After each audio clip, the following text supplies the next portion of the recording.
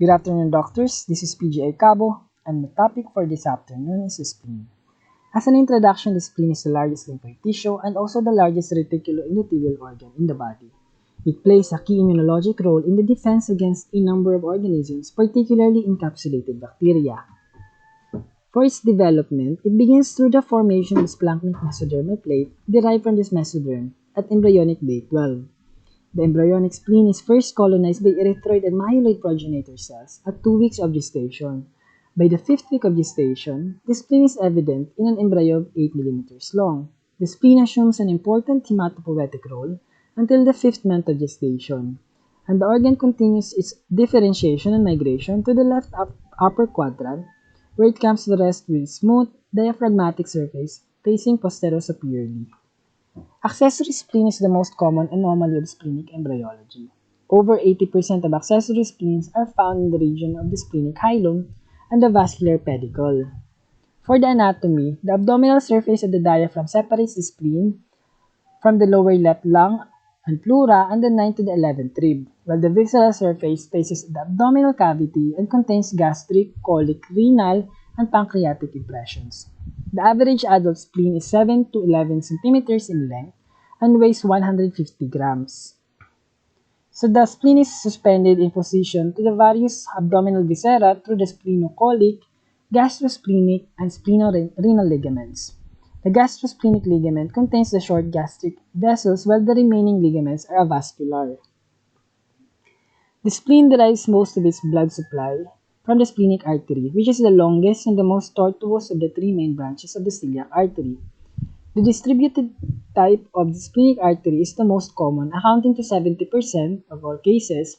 It is distinguished by the short trunk with many long branches entering over 3/4 of the spleen's medial surface, while the magistral type of splenic artery is less common, which is 30%, and has a long main trunk dividing near the hilum into short terminal branches, and these enter over 25 to 30% of the spleen's medial surface.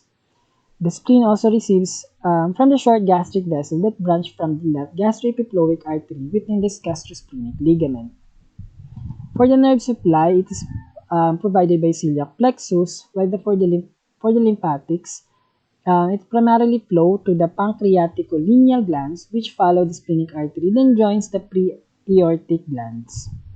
For the splenic vein, it joins the superior mesenteric vein to form the portal vein and accommodates the major venous drainage of the spleen.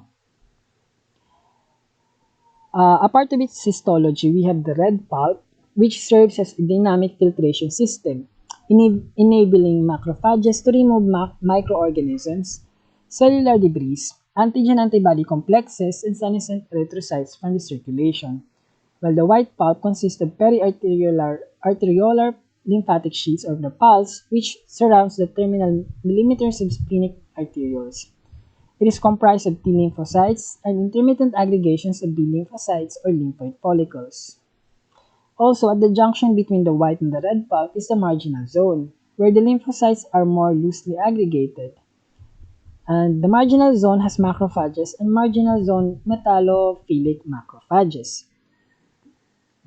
For its physiology and pathophysiology, the spleen is contained by 1 to 2 mm thick capsule. It is rich in collagen and contains some elastin fibers. Splenic capsule and trabeculae contain few or no smooth muscle cells. And the total splenic inflow in blood is approximately 250 to 300 ml per minute. So that's the total splenic inflow of blood. So during open circulation, the blood percolates through the reticular space and splenic pores, thus gaining access through the gaps or slits in the endothelial cell lining to the sinuses. In the red pulp, flowing into and out of the venous sinuses through these gaps, the blood is exposed to extensive contact with splenic macrophages, which is responsible now for the innate immunity, while in the white pulp, it is only involved in adaptive immunity. So the spleen can also serve as an extramedullary site for hematopoiesis. The spleen also produces opsonins, tapsins, and properdin. The spleen plays a vital although not indispensable role in host defense, which is evidenced by healthy survival of splenectomized patients. So both innate and adaptive immune responses can be found or can occur within the spleen. We also have this term splenomegaly, massive splenomegaly, and hypersplenism. So for splenomegaly, it's the abnormal enlargement of the spleen, which is described as moderate, massive, and hypersplenomegaly. So splenomegaly applies to spleen weighing more than or equal to 500 grams, and on average 15 more than or equal to 15 centimeters in length. While massive splenomegaly is more than 1 kilogram in mass or more than 22 centimeters in length. Hypersplenism, hypersplenism is defined as the presence of one or more cytopenias in the context of a normally functioning bone marrow. So there are disorders causing hypersplenisms that can be categorized either as those which increase destruction of abnormal RBCs in a normal spleen, while those primary disorders of the spleen resulting in increased sequestration and destruction of the normal blood vessels. Now that we are done with anatomy, physiology, we go for how do we evaluate the spleen? So we have here imaging for evaluation of the size and pathology. First, we have the ultrasound. So ultrasound is the least invasive mode of clinic imaging. It is the rapid, easy to perform, and does not expose the patient to ionizing radiation. And it is often the first imaging modality applied to the spleen during evaluation and resuscitation of trauma patients, although questions of sensitivity and specificity still remain. The second one is CT or computed tomography. It affords a high degree of resolution and detail of the splenic parenchyma, vasculature, and its relationship to the neighboring structures. Going forward, we also have plain radiography. Rarely is plain radiography used as a primary splenic imaging because it can only show the outline or indirectly provide an outline of the spleen in the left upper quadrant or suggest splenomegaly by revealing displacement of adjacent airfield structures. We also have the MRI. For magnetic resonance signal is characteristic of spleen are related to the relative ratio of red and white pulp and the relationship of timing of the intravenous contrast bolus and the time of image acquisition. So although MRI offers excellent detail and versatility in abdominal imaging, it is more expensive than CT or ultrasound and offers no obvious advantage for primary imaging of the spleen. Angiography can be an option.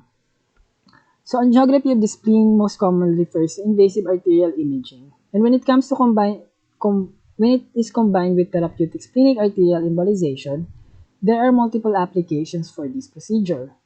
Localization and treatment of hemorrhage in select trauma patients as an example. Last, we have the nuclear imaging. So radioscintigraphy with technetium-99m sulfur colloid demonstrates splenic location and size. It may be especially helpful in locating accessory spleens after unsuccessful splenectomy for IPP and has recently proven useful in diagnosing splenosis. Now that we are done with evaluation of the spleen, now what are the indications for splenectomy? So splenectomy is therapeutic for a large host of conditions, which can be divided into the following broad categories. First, we have benign. So it includes red blood cell disorders, hemoglobinopathies, and platelet disorders. We also have malignant, which includes white blood cell disorder and bone marrow disorders. And lastly, we have other classification, which includes cysts and tumors, infections and abscess, splenic rupture, and a number of miscellaneous disorders and lesions. Still, overall, the most common indication for splenectomy is trauma to the spleen, whether external trauma or iatrogenic injury, while the most common indication for elective splenectomy is ITP. So I have here a table showing indications for an expected response to splenectomy in various disease and conditions. So we have here a very lengthy, very informative table, and you can just check it out from Schwartz Principle of Surgery textbook. Now we go to the diseases of the spleen. First, we have the benign disorders. To start off, we have the hereditary spherocytosis from the red blood cell disorders. So it results in an inherited dysfunction or deficiency in one of the erythrocyte membrane proteins like spectrin and chirine, band 3 protein, or protein 4.2, resulting in lack of deformability, leading to sequestration and destruction of the spherocyte or spherocytic erythrocytes in the spleen. It is also the most common hemolytic anemia for which splenectomy is indicated. Next, we have pyruvate kinase deficiency, which is the most common red blood cell enzyme deficiency to cause congenital chronic hemolytic anemia.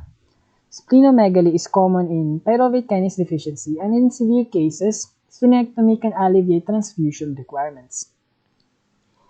Another one is glucose 6-phosphate dehydrogenase deficiency. The most common red blood cell enzyme deficiency overall is still G6PD deficiency. And the mainstay of therapy is avoidance of drugs known to precipitate hemolysis in patients with G6PD deficiency. Okay. Next, we have the acquired diseases. We have the warm antibody autoimmune hemolytic anemia, which are characterized by the destruction of red blood cells whose erythrocyte lifespan is diminished by autoantibodies leveled against antigens. So, AIHA is also divided into warm and cold categories based on the temperature at which the autoantibodies exert their effect. Further, we also have hemoglobinopathies, like the infamous sickle cell disease. It is an inherited chronic hemolytic anemia that results from mutant sickle cell hemoglobin or HbS within the red blood cell and is inherited as an autosomal codominant fashion. So it results in the substitution of valine for glutamic acid as the 6th amino acid of beta-globin chain. Splenectomy does not affect sickling process, and therapy for sickle cell anemia remains largely palliative. So we have here at the right side of our screen the classic sickle cell shape. We also have thalassemia. So it is the term for a group of inherited disorders of hemoglobin synthesis prevalent among people of Mediterranean extraction and classified according to hemoglobin chain, alpha, beta, or gamma affected. The two significant consequences arise from this abnormality. One, we have underproduction of hemoglobin. And the second one is that there is excess of unpaired hemoglobin subunits.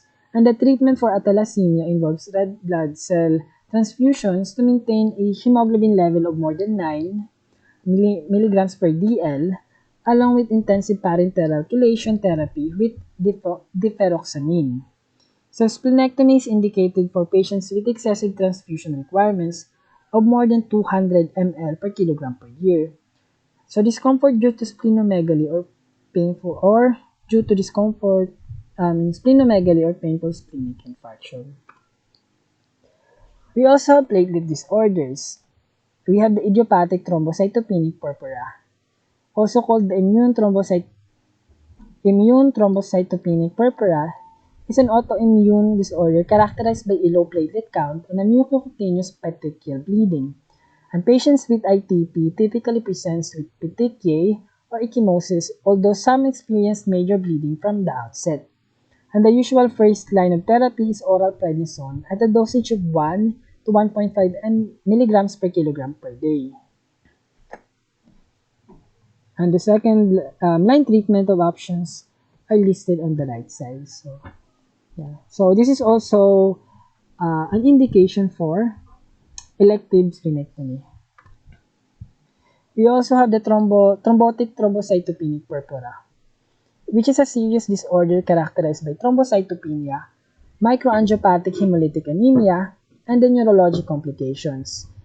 Petechial hemorrhages in the lower extremities are the most common presenting sign, and plasma exchange is the first-line therapy for TTP. Okay, so this treatment consists of daily removal of a single volume of patient's plasma and its replacement with fresh frozen plasma until the thrombocytopenia, anemia, and associated symptoms are corrected. And therapy is then tapered over 1 to 2 weeks. Now that we are done with the benign, we go to malignant conditions. So we have the white blood cell disorders. First, we have the hairy cell leukemia. It is an uncommon blood disorder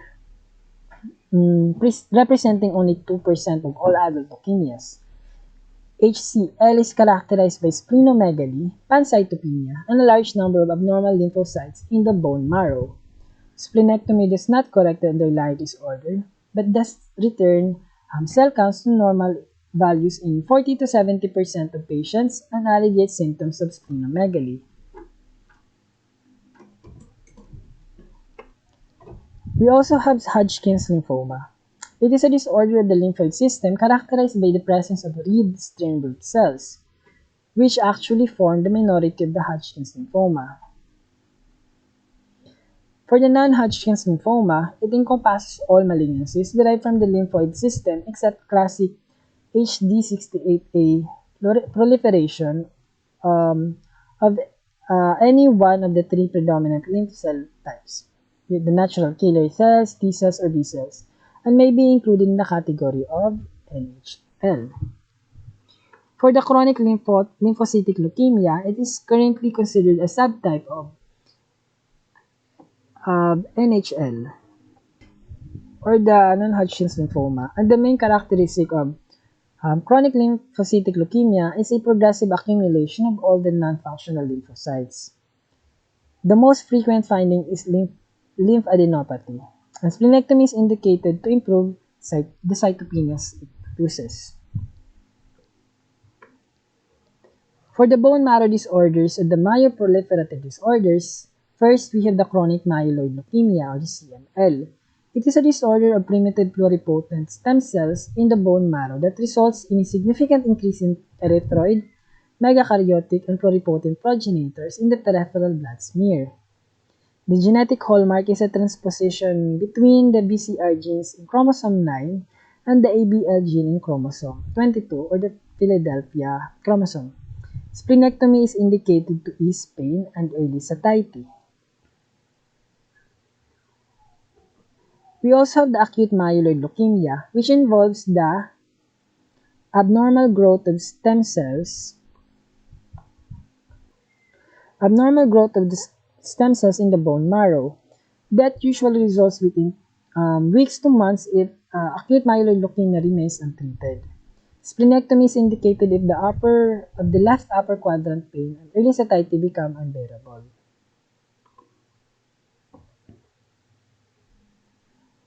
For the chronic myelomonocytic leukemia, it is characterized by a proliferation of hematopoietic elements in the bone marrow and blood. It differs from chronic myeloid leukemia in that it is associated with monocytosis in the peripheral smear and in the bone marrow. For essential thrombocythemia, it represents abnormal growth of the megakaryocyte cell, resulting in increased levels of platelets and in the platelets in the bloodstream. Splenectomy is not felt to be helpful in the early stages of essential thrombocythemia. For polycythemia vera, it is a clonal chronic progressive myeloproliferative disorder characterized by an increase in red blood cell mass, frequently accompanied by leukocytosis, thrombocytosis, and splenomegaly. So the physical findings include radicyanosis, conjunctival plethora, hepatomegaly, splenomegaly, and hypertension. Splenectomy is not helpful in the early stages of disease and is best reserved for the late stage.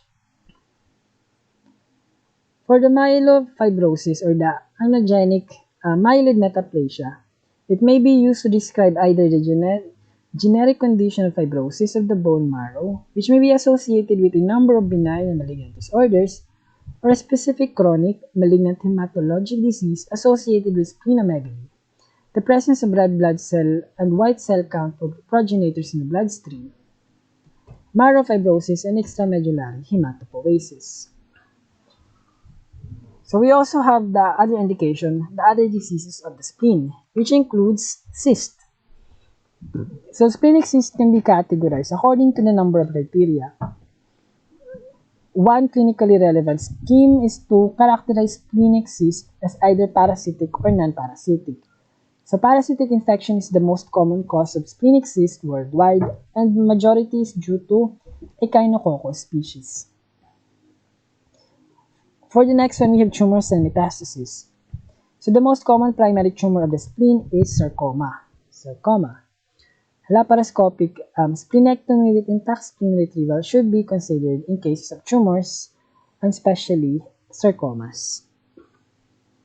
We also have the storage diseases and infiltrative disorders.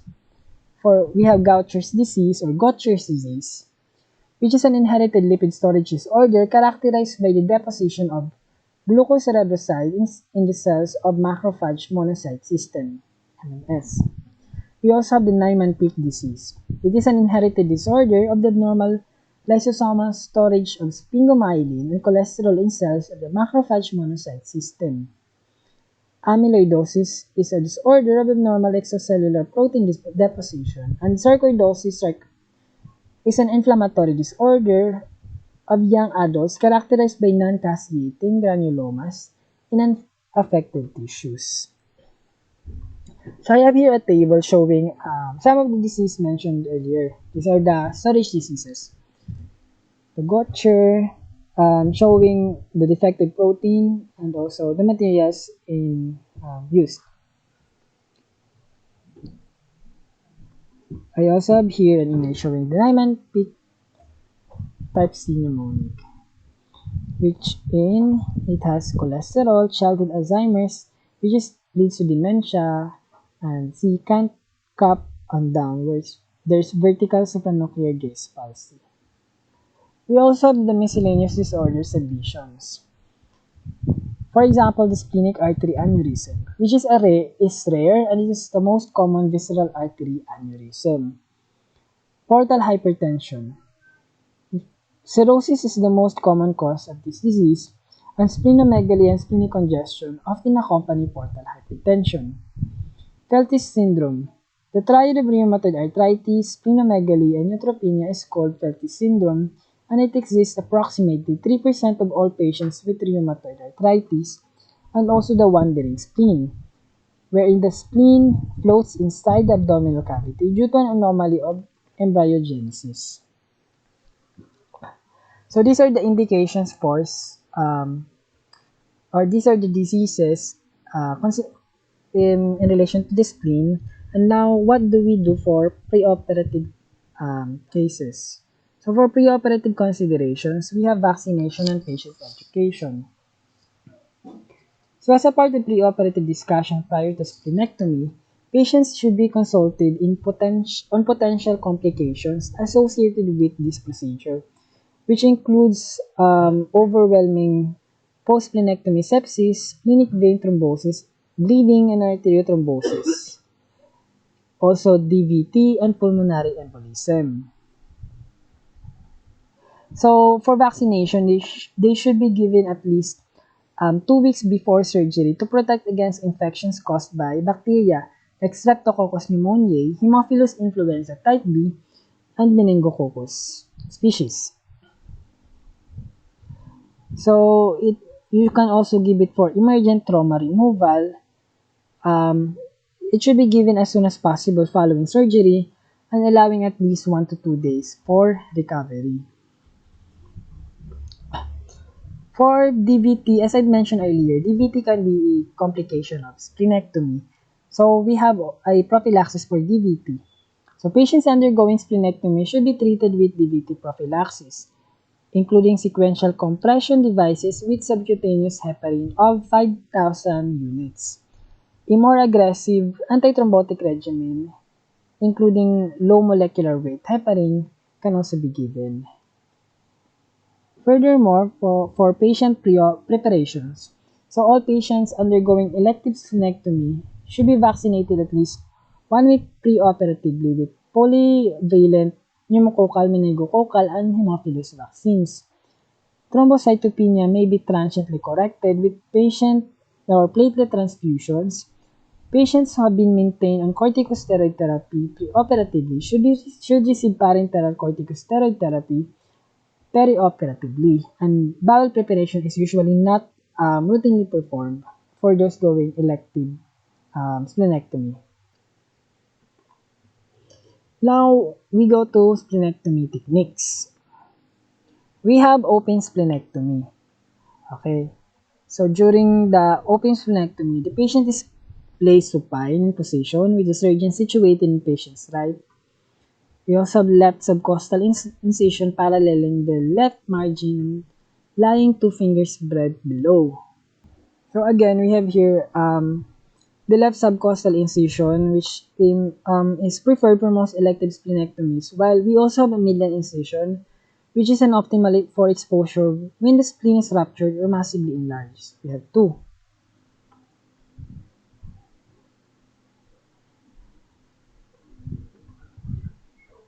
Then, after the incision is done, the spleen is immobilized or mobilized by dividing the ligamentous attachments, usually beginning with splenocholic ligament. So as noted in the discussion, the splenic anatomy, the tail of the pancreas lies 1 cm in the splenic hilum in 75% of patients.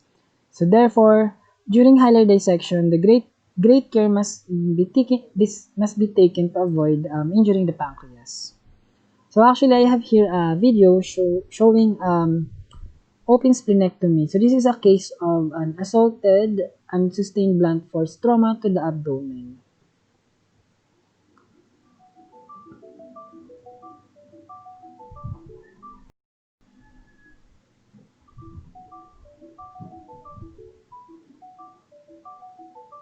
Okay, so let's take a pause here, right?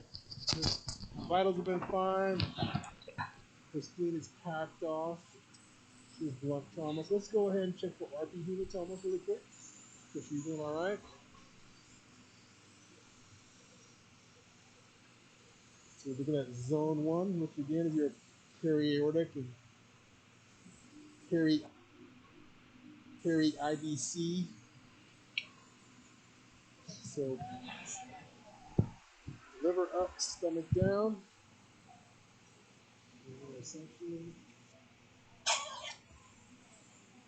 Yep, don't see anything there. Okay, let's go intramesocolic. This is beautiful anatomy here. Look at this. Nothing there. Keep moving. Big Rich.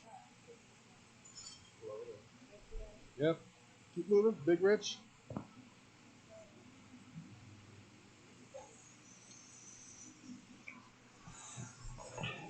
Nothing. All right. Okay, just go around clockwise. Zone 3, left zone 3. This will be your iliac. So zone 2, your left kidney. Zone 3, your left iliac. Nothing. All right, got this one. Take this. Go all the way around. Right zone 3, nothing. Okay, so for the interest of time, I'm just gonna move forward. Okay, so we also have laparoscopic splenectomy, which is now the gold standard for elective splenectomy in patients with normal-sized spleens. Most laparoscopic splenectomy procedures are now performed with the patient in the right lateral decubitus. The lateral approach routinely involves the use of 3 to 4 trocars positioned using an angled 30 degrees or 45 degrees laparoscope, which is 2, 5, or 10 millimeters, that greatly facilitates the procedure. Next one, we also have the hand-assisted splenectomy. Hand-assisted laparoscopic surgery or HALS has been described as an alternative to laparoscopic splenectomy approach. Spleens greater than 22 centimeters in craniocaudal length or 19 centimeters in width may benefit from hand-assisted laparoscopic surgery over a purely laparoscopic approach. We also have the single incision laparoscopic splenectomy or the SILS, which emphasizes the concept of surgery through one small transabdominal incision rather than the standard multiple trocar sites, with theoretical benefits of less pain and better cosmetics. We also have this what we call single incision laparoscopic robotic splenectomy, So the robotic approach does offer a unique three-dimensional visualization of the surgical field. It is also debated that robotic intervention facilitates movement with higher precision than the standard laparoscopy. Now we also have this inadvertent intraoperative splenic injury. So intraoperative injury to the spleen has been linked with numerous operations, such as gastric fundoplication, colectomy, paraesophageal hernia repair, nephrectomy, and abdominal and pelvic vascular surgery. As well as with all hemorrhage, prompt temporary control of bleeding should be obtained by direct compression of the spleen itself, packing of the left upper quadrant, compression of the vessels at the splenic hilum, or pressure on the splenic artery at the superior pancreatic margin. So what are the splenectomy outcomes? So changes in blood composition resulting from splenectomy include the appearance of the Howell-Jolly bodies and siderocytes. So after splenectomy, leukocytosis and thrombocytosis are common as well. Although platelet count most often rise within 2 days, they may not peak for several weeks in the patients with preoperative thrombocytopenia. Another list of outcomes, we have complications. So for complications, it include pulmonary, which affects the left lower lobe, specifically atelectasis, pleural effusion, and pneumonia. Hemorrhagic can be another complication, which can be found as subphrenic hematoma, and infections like subphrenic abscess, and also pancreatic involvement like pancreatitis, pseudocyst, and pancreatic fistula.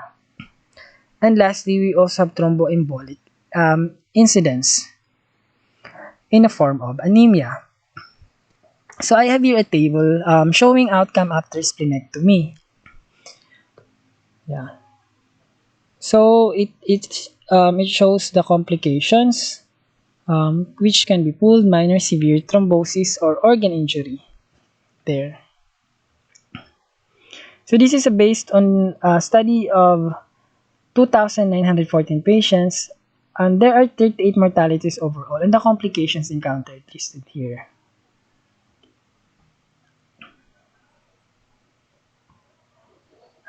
So that would be all for the spleen.